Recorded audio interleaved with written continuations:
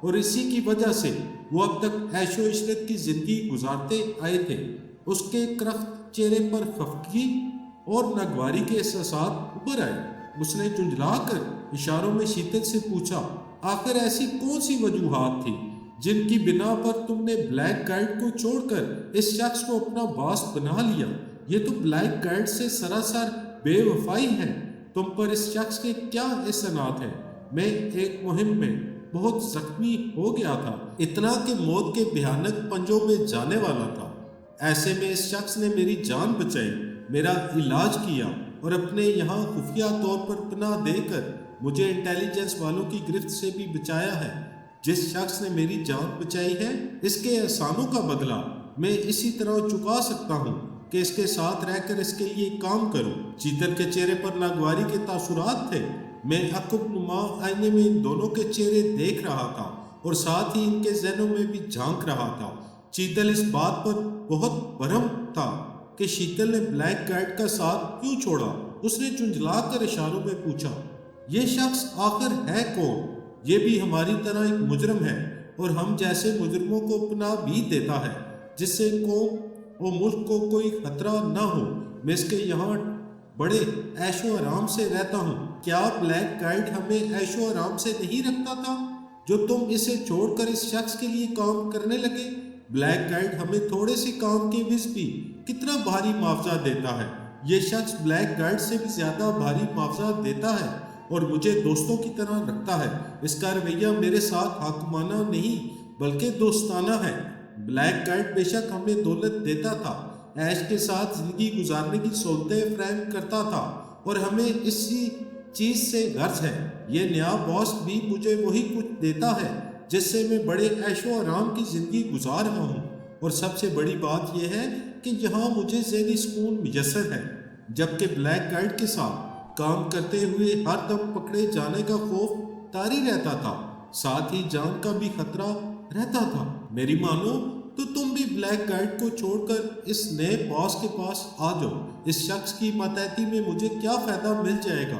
چیتل کے چہرے پر اب تک خفگی کے آثار تھے۔ اسے اپنے بھائی کا یہ اقدام قطعی پسند نہیں آیا تھا۔ وہی فائدہ جو ہمیں بلیک گائیڈ کے ماتحت رہ کر کام کرنے میں ملتا تھا، بلکہ اس سے بھی زیادہ۔ یہ اپنا باس بڑا من موجی آدمی ہے، اس کے ساتھ رہ کر ہمیں فائدہ ہی فائدہ ہے۔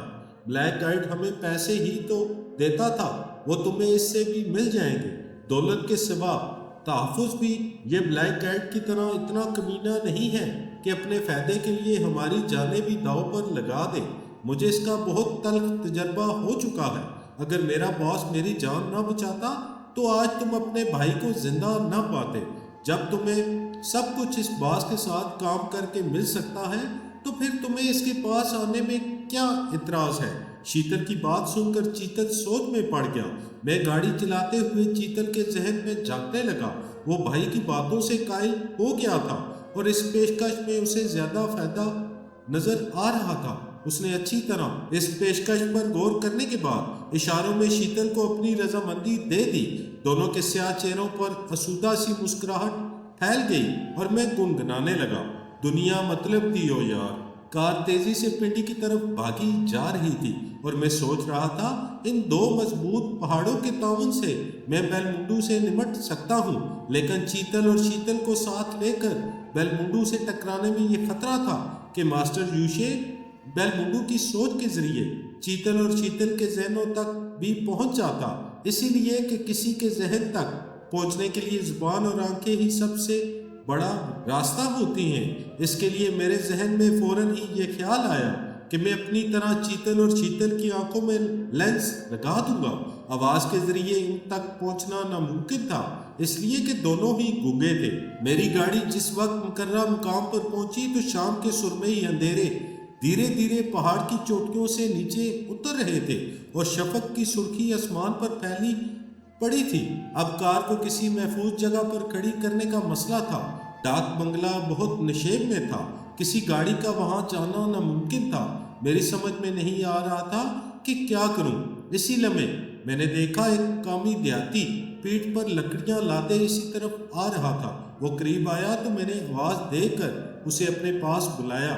وہ میری آواز سن کر تیز تیز قدم اٹھاتا کار کے پاس آ گیا۔ اس کے سلام کا جواب دیتے ہوئے میں نے پوچھا، بابا کوئی ایسی محفوظ جگہ ہے جہاں میں اپنی کار کھڑی کر سکوں؟ ہاں صاحب ہے، ذرا آگے جا کر الٹے ہاتھ کو مڑ جائے گا، تھوڑی دور پر آپ کو ایک گیراج نظر آئے گا۔ یہ گیراج آپ ہی جیسے سیر کو آنے والے لوگوں کے لیے بنایا گیا ہے۔ ادھر فلم کے لوگ بھی آئے ہوئے ہیں، ان کی گاڑیاں بھی وہیں کھڑی ہیں۔ گیراج کا چوکیدار سب گاڑیوں کی دیکھ بھال کرتا ہے۔ میں نے جیب سے 10 کا ایک نوٹ نکال کر دیہاتی کو دیا اور اس کے بتائے ہوئے راستے پر گاڑی چلانے لگا۔ چند ہی منٹ بعد گیراج نظر آ گیا۔ وہاں اور بھی کہیں گاڑیاں کھڑی تھی، ان میں فلم یونٹ والوں کی گاڑی بھی کھڑی تھی، جسے دیکھ کر میں جان گیا کہ وہ لوگ شوٹنگ سے واپس آ گئے ہیں۔ میں نے سوچا موقع ملتے ہی میں میک اپ مین سے آئی لینس کی بات کروں گا۔ چیتل اور شیتل کی آنکھوں کے لیے 2 جوڑے آئی لینس درکار تھے، جس کے لیے مجھے یقین تھا کہ میک اپ مین کو بھاری رقم ادا کر کے مل جائیں گے، مگر گاڑی گیراج میں کھڑی کر کے میں چیتل اور شیتل کو ہمراہ لیے نشیب میں جانے لگا تو بہت دور ڈاک بنگلے کے قریب میں نے دیکھا کہ بوڑھا پروڈیوسر میک اپ مین کو کسی بات پر ڈانٹ رہا ہے۔ میں ٹھٹک کر اپنی جگہ کھڑا ہو گیا۔ ایک دم مجھے آئی لینس کا خیال آیا۔ میں حقیقت معلوم کرنے کے لیے پروڈیوسر کے ذہن میں جھانکنے لگا۔ میرا خیال درست ثابت ہوا۔ پروڈیوسر میک اپ مین کو ڈانٹتے ہوئے کہہ رہا تھا، تمہاری لاپرواہی کی وجہ سے اتنا قیمتی آئی لینس غائب ہو گیا، میں اس کی قیمت تمہاری تنخواہ سے کاٹوں گا، یہی تمہاری سزا ہے۔ میک اپ مین نے سر جھکا کر کہا، آئندہ احتیاط رکھوں گا صاحب۔ نہیں، اب میں تم پر بھروسہ نہیں کر سکتا۔ اگر بقیہ آئی لینس بھی غائب ہو گئے تو ہم شوٹنگ کس طرح کر سکیں گے؟ لاؤ آئی لینس کا ڈبہ نکال کر مجھے دو۔ تم جیسے غیر ذمہ دار شخص کے پاس اتنی قیمتی اور اہم چیز چھوڑنا سراسر بیوقوفی ہے، گدھے کہیں کے۔ میک اپ میں نے آئی لینس کا ڈبہ اٹیچی سے نکال کر پروڈیوسر کے حوالے کر دیا۔ وہ بکتا جھکتا گالیاں دیتا ڈاک بنگلے کے اندر جانے لگا۔ میں نشیب کی طرف جاتے ہوئے فکر مندی سے سوچنے لگا کہ آئی لینس میرے لیے بہت اہم چیز ہے، اس کے بغیر میں چیتل اور شیتل کو لے کر بیلمونڈو کے مقابل نہیں جا سکتا۔ اتنا بڑا خطرہ میں کسی صورت میں بھی مول لینے کو تیار نہ تھا۔ چلنے کے ساتھ ساتھ میں اس پہلو پر بھی غور کرتا جا رہا تھا کہ ایسی کیا صورت ہو سکتی ہے جس سے مجھے 2 جوڑے آئی لینس مل جائیں۔ ان کے بغیر گویا میرے ہاتھ پیر کٹ گئے تھے۔ اسی مسئلے میں الجھا میں اس درخت کے پاس پہنچ گیا جہاں میں نے دوپہر کو اطمینان سے بیٹھ کر میک اپ کیا تھا۔ چیتل اور شیتل وہیں قریبی پتھروں پر بیٹھ کے اور میں میک اپ اتارنے کے ساتھ ساتھ یہ بھی سوچتا رہا کہ آئی لینس حاصل کرنے کے لیے کیا ترکیب کرنی چاہیے۔ پروڈیوسر نے سے انہیں خریدنے کی بات کرنا فضول سی چیز تھی۔ اس کی فلم کی شوٹنگ ہو رہی تھی جس کے لیے آئی لینس ضروری ایٹم میں شامل تھا۔ میں کتنے ہی باری معاوضے کی پیشکش کرتا، وہ راضی نہ ہوتا، کیونکہ فلم بندی کے دوران آئی لینس استعمال ہونے تھے، بغیر اس کے شوٹنگ نہیں ہو سکتی تھی، نہ ہی وہ بروقت دوسرے آئی لینس کا انتظام کر سکتا تھا۔ اس پہلو پر اچھی طرح غور کرنے کے بعد میں نے سوچا چیتل اور شیتل کی مدد سے انہیں چوری کروا لوں، گویا کہ یہ غیر اخلاقی پہل ہے، مگر حالات کبھی کبھی انسان کو ایسے کام بھی کرنے پر مجبور کر دیتے ہیں جن کے لیے خود اس کا ضمیر بھی گوارا نہیں کرتا، مگر مجبوری تھی، اس کے سوا چارہ بھی نہ تھا۔ چوری کا منصوبہ بنانے کے بعد میں اطمینان سے بیٹھ کر میک اپ اتارنے لگا۔ پھر اچانک ہی مجھے خیال آیا کہ شیتل پھوپھی جان سے کہہ کر آیا تھا کہ وہ تھوڑی دیر میں واپس آ جائے گا اور آئی لینس چوری کروانے کے لیے اسے رات پر رکنا ضروری تھا۔ ایسی صورت میں پھوپھی جان بہت پریشان ہو جاتی، چنانچہ یہ بتانے کے لیے کہ شیتل میرے پاس ہے میں نے پھوپھی جان کے دماغ پر دستک دی۔ اس وقت وہ باورچی خانے میں رات کا کھانا تیار کر رہی تھی۔ میری مخصوص دستک پر وہ چونک گئی، پھر خوش ہو کر کہنے لگی، فرحاد میرے بیٹے تم ہو؟ ہاں پھوپھی جان، آپ کا نالائق بیٹا آپ سے مخاطب ہے۔ آپ لوگ خیریت سے تو ہیں نا؟ اللہ کا شکر ہے بیٹے، تم تو ٹھیک ہو، آپ کی دعا ہے پھوپھی جان۔ میں نے یہ بتانے کے لیے آپ سے رابطہ قائم کیا ہے کہ شیتل میرے پاس ہے، رات کو میرے ساتھ ہی رہے گا۔ میں نے سوچا آپ کو بتا دوں، ورنہ اس کی غیر حاضری سے آپ پریشان ہوں گی۔ یہ تو اچھا کیا کہ بتا دیا، مگر تم ہو کہاں اور شیتل کو کیوں بلایا ہے؟ میں آپ لوگوں سے زیادہ دور نہیں ہوں اور شیتل کو میں نے ایک ضروری کام سے روک لیا ہے۔ تمہارے یہ ضروری کام تو ایک دن تمہیں لے ڈوبے گے۔ کن بکھیڑوں میں پڑ گئے ہو بیٹا؟ میں تو کہتی ہوں سارے اوٹ پٹانگ دھندے چھوڑ کر گھر بسانے کی فکر کرو۔ اتنی جلدی کیا ہے پھوپھی جان؟ میں نے انہیں چھیڑا اور وہ بھڑک اٹھی۔ رے بیٹا، اسے تم جلدی کہتے ہو؟ تمہاری عمر کے لڑکے تو اب 3 4 بچوں کے باپ ہیں۔ تم بھی اگر میرے کہنے سے شادی کر لیتے تو خیر سے آج کو 2 بچوں کے باپ تو ضرور۔ وہ غصے سے بڑبڑاتی رہی اور میں نے ہنستے ہوئے ان سے رابطہ ختم کر دیا۔ میں میک اپ اتار چکا تھا، تمام سامان میں نے اٹیچی میں رکھا اور اشارے سے شیتل اور چیتل کو قریب بلایا۔ شیتل مجھے اصلی روپ میں دیکھ کر مسکرا دیا۔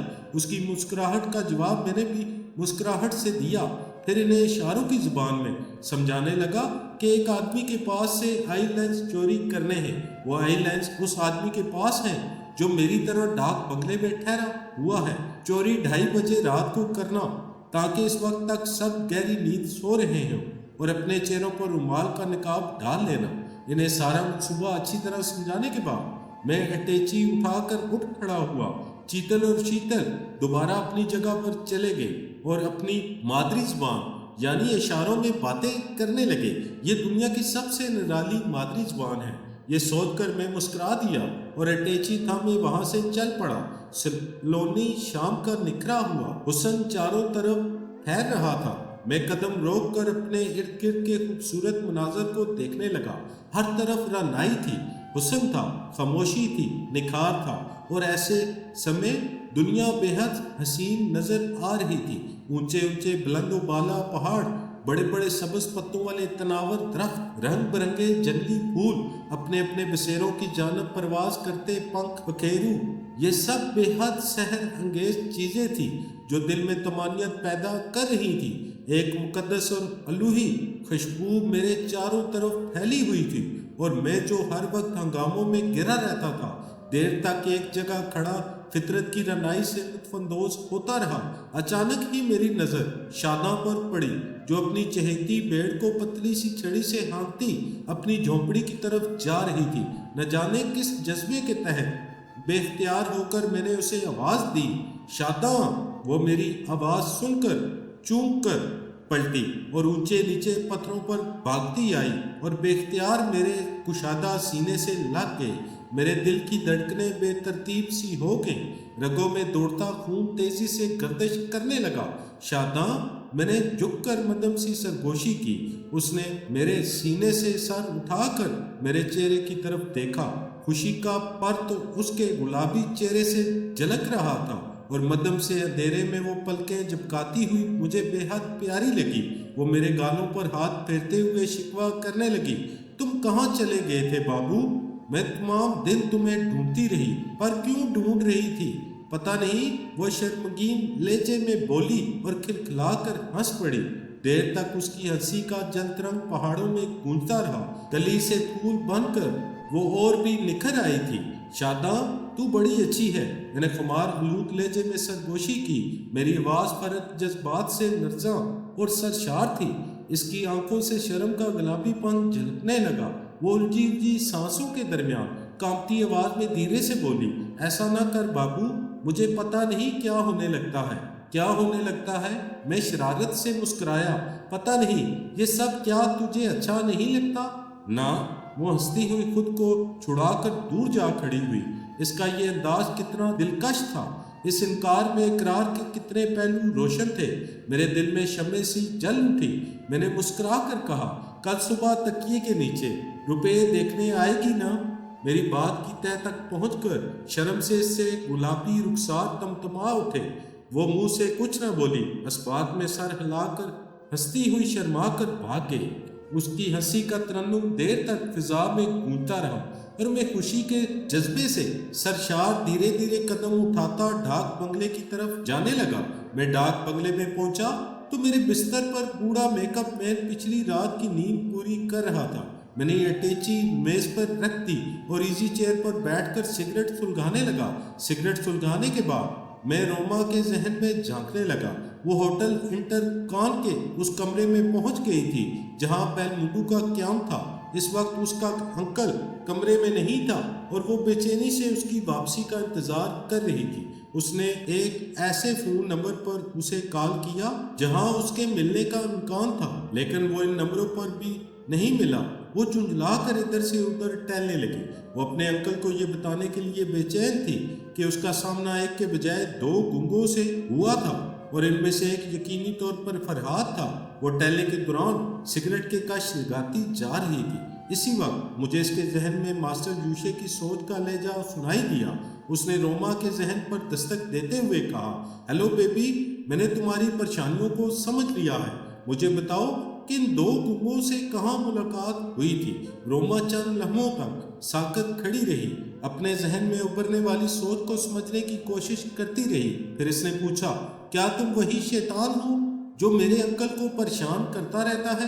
ہاں میں وہی ہوں، مگر شیطان نہیں ہوں، مجھے ماسٹر کہو۔ تم جانتی ہو ماسٹر آقا کو کہتے ہیں، میں آقا ہوں اور تم سب میرے غلام اور کنیزے ہو۔ میرے حکم سے انکار کرنے کا نتیجہ کیا ہوتا ہے یہ تم دیکھ چکی ہو۔ میں تمہارے انکل کی طرح تمہیں بھی ذہنی اذیتوں میں مبتلا کر سکتا ہوں۔ تم حسین ہو، کامسن ہو، تمہاری طرح میری بھی ایک بیٹی ہے، اس لیے میں تمہیں پریشان نہیں کرنا چاہتا۔ تم ایک اچھی بچی کی طرح میری باتوں کا جواب دیتی رہو۔ روما بارہا اپنے انکل کو پاگل ہوتے دیکھ چکی تھی اور خود پاگل نہیں بننا چاہتی تھی۔ وہ خاموشی سے ایک کرسی پر بیٹھ گئی اور سوچ کے ذریعے اسے بتانے لگی کہ کس طرح مری سے واپسی پر اس کے دونوں باڈی گارڈ آپس میں لڑ پڑے تھے۔ ایک باڈی گارڈ نے دوسرے کو ختم کر دیا تھا، پھر ایک گونگے نے وہاں پہنچ کر دوسرے باڈی گارڈ کو ختم کر دیا۔ اس کے بعد پھر ایک گونگا کہیں سے آ پہنچا۔ روما نے خیال ظاہر کیا کہ بعد میں آنے والا گونگا فرحاد ہوگا۔ یہ پوری رپورٹ سننے کے بعد ماسٹر جوشے نے کہا، بیبی تم بہت اچھی ہو۔ اس واقعے سے میرے اس خیال کی تصدیق ہوگی ہے کہ فرحاد علی تم لوگوں سے زیادہ دور نہیں ہے، وہیں اس آس پاس کے قریبی علاقے میں کہیں چھپا ہوا ہے۔ اب تم آرام کرو، میں تمہارے انکل سے رابطہ قائم کرتا ہوں۔ ماسٹر جوشے نے اس سے رابطہ ختم کر دیا، لیکن میں اس شیطان کی سوچ سے چپکا ہوا تھا۔ اگر میں اس کی سوچ میں مداخلت کرتا تو پکڑا جاتا، لیکن میں اس کے دماغ کے اندھیرے میں چپ چاپ کھڑا ہوا تھا۔ اس اندھیرے میں ایک ٹیلی پیتھی جاننے والا دوسرے ٹیلی پیتھی جاننے والے کو پکڑ نہیں سکتا۔ یہی وجہ ہے کہ وہ اب تک میری اصلیت کو نہیں سمجھ سکا تھا۔ ماسٹر جوشے اس وقت تک بیلمونڈو کے ذہن تک پہنچ چکا تھا اور اسے تمام واقعات بتا رہا تھا کہ کس طرح 2 گونگے روما کے سامنے آ چکے ہیں اور اس کے 2 باڈی گارڈ کسی ویرانے میں مردہ پڑے ہیں۔ یہ سنتے ہی بیلمونڈو بری طرح جھنجھلا گیا اور ماسٹر جوشے کو برا بھلا کہنے لگا کہ اس کی وجہ سے اس کے آدمی بھی مارے جا رہے ہیں اور اس کے اسمگلنگ کے کاروبار کا نقصان پہنچ رہا ہے۔ ماسٹر جوشے نے کہا، یہ سب میری وجہ سے نہیں ہو رہا ہے، یہ تمہاری نالاکی ہے۔ فرحاد تمہارے بالکل قریب ہے اور تم اسے پکڑنے میں ناکام ہوتے جا رہے ہو۔ اب تمہیں معلوم ہو چکا ہے کہ روما کو جہاں 2 گونگے نظر آئے تھے وہاں صرف ایک ہی پہاڑی راستہ ہے۔ اس راستے کے اطراف جتنی چھوٹی بڑی آبادیاں ہیں وہاں اپنے تمام آدمی پھیلا دو۔ بولتی ہوئی آبادی میں بے زبان گونگے جلدی نظر آ جائیں گے۔ تم خواہ مخواہ جھنجھلاہٹ میں مبتلا ہو کر وقت ضائع نہ کرو، اس موقع سے فائدہ اٹھاؤ، تم جلد اس کے گریبان تک پہنچ جاؤ گے۔ بیلمونڈو اس کی ہدایت کے مطابق اپنے ماتحتوں کو کال کرنے لگا تاکہ ان کے ساتھ خود بھی میری تلاش میں روانہ ہو جائے۔ میں بدستور ماسٹر جوشے کے ذہن سے چپکا ہوا تھا۔ یہ دیکھ کر مجھے بڑی خوشی ہوئی کہ وہ میری وجہ سے بہت زیادہ پریشان ہے اور وہ میرے ہی متعلق سوچ رہا تھا کہ آخر میں کس قسم کا انسان ہوں، اور انسان ہوں یا اس کی طرح شیطان ہوں۔ یقیناً وہ مجھے شیطان ہی سمجھ رہا تھا جو کئی دن سے اس ندیدہ شیطان کو چکر میں ڈالے ہوئے تھا۔ تھوڑی دیر بعد مجھے اس کے ذہن میں دوسری آواز سنائی دی، کوئی شخص کے سامنے آ کر اسے مخاطب کر رہا تھا، ماسٹر جوشے، فرحاد کا کچھ پتہ چلا؟ میں آخر کب تک انتظار کرتا رہوں گا؟ ماسٹر جوشے کا جواب سنائی دیا، ماسٹر ڈینیال، آپ آج رات تک اور صبر کر لیں، مجھے یقین ہے صبح ہونے سے پہلے فرحاد کی کھوپڑی میری گرفت میں آ جائے گی۔ تم روز یہی تسلی دیتے ہو، میرے دن رات کا سکون برباد ہو چکا ہے۔ میری جوان بیٹی کا قاتل آسانی سے گھوم رہا ہے، تم اس حقیقت کا اعتراف کیوں نہیں کرتے کہ ایک معمولی قاتل کے سامنے تمہاری ٹیلی پیتھی کی صلاحیتیں زنگ آلود ہو چکی ہیں؟ ماسٹر دانیال، اس دنیا میں جو سب سے بلند چیز ہے وہ انسانی دماغ ہے، اور میں ایسا آدمی ہوں کہ دنیا کے تمام دماغوں سے کھلونوں کی طرح کھیلتا ہوں، اور جو دماغ مجھے اتنے دنوں سے چکر دے رہا ہے اسے معمولی قاتل کہتے ہو۔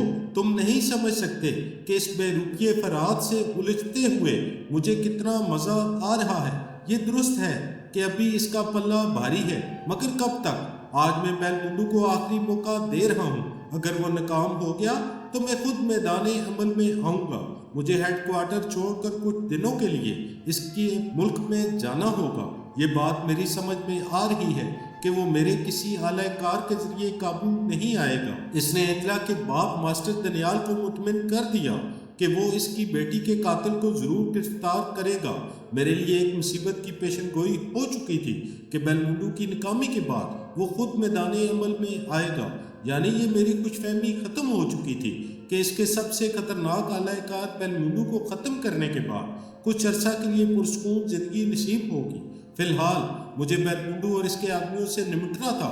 وہ مری اور پنڈی کے درمیان تمام علاقوں میں شکاری کتوں کی طرح مجھے سونگتے پھر رہے تھے، اور آج رات یا کل صبح تک کسی وقت بھی وہ یہاں پہنچ سکتے تھے۔ مجھے جلد از جلد شیتل اور چیتل کو ان کے مقابلے کے لیے تیار کرنا تھا۔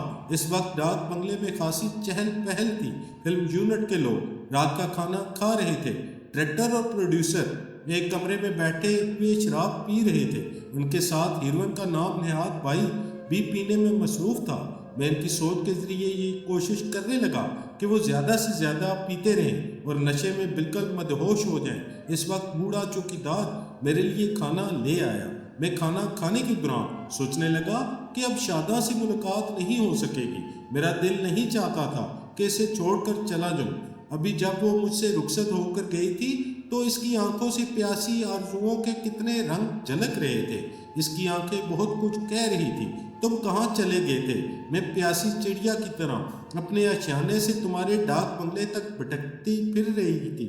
صدیوں سے قہر آلود بادل ان پہاڑوں کے اندر سمیٹنے والی آگ کو نہ بجھا سکے۔ تم ایک رات میں کیسے بجھا سکتے ہو؟ رک جاؤ میرے مسافر، نہ جاؤ، نہ جاؤ۔ میں اس کے بارے میں سوچ سوچ کر پریشان ہو رہا تھا۔ اسے چھوڑ کر جانے کو جی نہیں چاہتا تھا۔ میں نے دل کو سمجھایا، پہلے کام پھر آرام۔ بیل منڈو سے نمٹنے کے بعد میں پھر شاداں سے ملوں گا۔ میں نے کھانا کھانے کے بعد بوڑھے چوکیدار سے کہا، بابا میرا کوئی ٹھیک نہیں ہے کہ میں کس وقت یہاں سے چلا جاؤں۔ میں پھر واپس آ سکتا ہوں، لیکن یقین سے نہیں کہہ سکتا کہ واپسی کب تک ہوگی۔ اگر جانے سے پہلے میں تمہارے کچھ کام آنا چاہوں تو کیا تم انکار کرو گے؟ کہانی کا بقیہ حصہ اگلی قسط میں پیش کیا جائے گا۔ جاتے جاتے بس یہی آپ سے گزارش کریں گے کہ چینل کو ضرور سبسکرائب کریں اور بیل آئیکن پر ضرور کلک کریں تاکہ آگے بھی کہانیوں کے بقیہ کے ساتھ آپ کو بآسانی ملتی رہے۔